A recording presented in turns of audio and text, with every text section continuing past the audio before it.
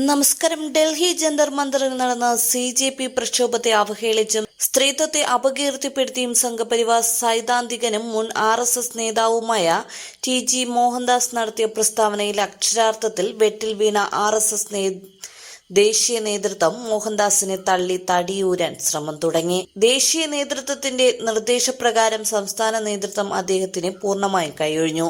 DG Mohandas RSSൽ ഒരു തരത്തിലുള്ള ചുമതലയും വഹിക്കുന്നില്ലെന്നും അദ്ദേഹം നടത്തിയ അഭിപ്രായ പ്രകടനങ്ങൾ അങ്ങേയറ്റം അപലപനീയമാണെന്നും RSS ദക്ഷിണ കേരള പ്രാന്ത സഹകാര്യവാഹ് KB ശ്രീകുമാർ പ്രസ്താവനയിൽ പറഞ്ഞു.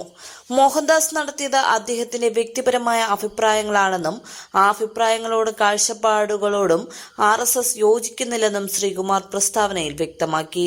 നേരത്തെ നീറ്റ് പരീക്ഷാ ക്രമക്കേടുമായി ബന്ധപ്പെട്ട് കേന്ദ്ര വിദ്യാഭ്യാസ മന്ത്രി ധർമ്മേന്ദ്ര പ്രധാനെ സംരക്ഷിക്കുന്നത് RSS നേതൃത്വമാണെന്ന തരത്തിൽ സാമൂഹ്യ മാധ്യമങ്ങളിൽ ഉയർന്ന വിമർശനങ്ങൾ RSSനെ രാജ്യവ്യാപകമായി പ്രതിസന്ധിയിലാക്കിയിരുന്നു. അത്തരത്തിലുള്ള ആരോപണം പൂർണ്ണമായും നിഷേധിച്ച് RSS രംഗത്തെത്തുകയും ധർമ്മേന്ദ്ര പ്രധാൻ രാജിവെക്കുകയും ചെയ്തതിന്റെ ആശ്വാസത്തിലായിരുന്ന RSSനെ വലിയ തോതിൽ പ്രതിക്കൂട്ടിലാക്കുന്ന പ്രസ്താവനയാണ് മുൻ RSS നേതാവ് കൂടിയായ TG മോഹൻദാസിൽ നിന്നുണ്ടായത്.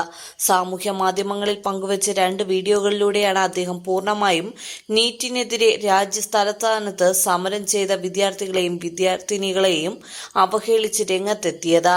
ദേശീയ തലത്തിൽ തന്നെ ഈ പ്രസ്താവനകൾ RSSനെ പ്രതികൂട്ടിലാക്കിയിരുന്നു. ഇപ്പോഴത്തെ പ്രത്യേക സാഹചര്യത്തിൽ പ്രശ്നത്തിന്റെ ആഴം മനസ്സിലാക്കിയ RSS കേന്ദ്ര നേതൃത്വത്തിന്റെ നിർദ്ദേശപ്രകാരമാണ് KB ശ്രീകുമാർ പ്രസ്താവന എന്നാണ് സൂചന.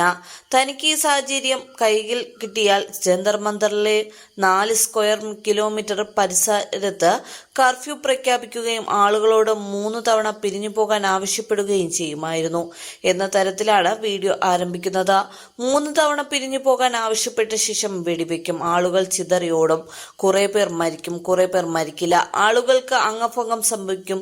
ഏകദേശം 4 മണിക്കൂർ കൊണ്ട് രംഗം ശാന്തമാകും.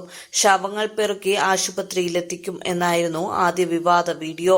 സമര കേന്ദ്ര സർക്കാർ കൈകാര്യം ചെയ്ത രീതിയെ പരോക്ഷമായി ചോദ്യം ചെയ്തതുകൂടിയായി ഈ പ്രസ്താവന വിലയിരുത്തപ്പെട്ടത് മോദി സർക്കാരിനെയും പ്രതിസന്ധിയിലാക്കി.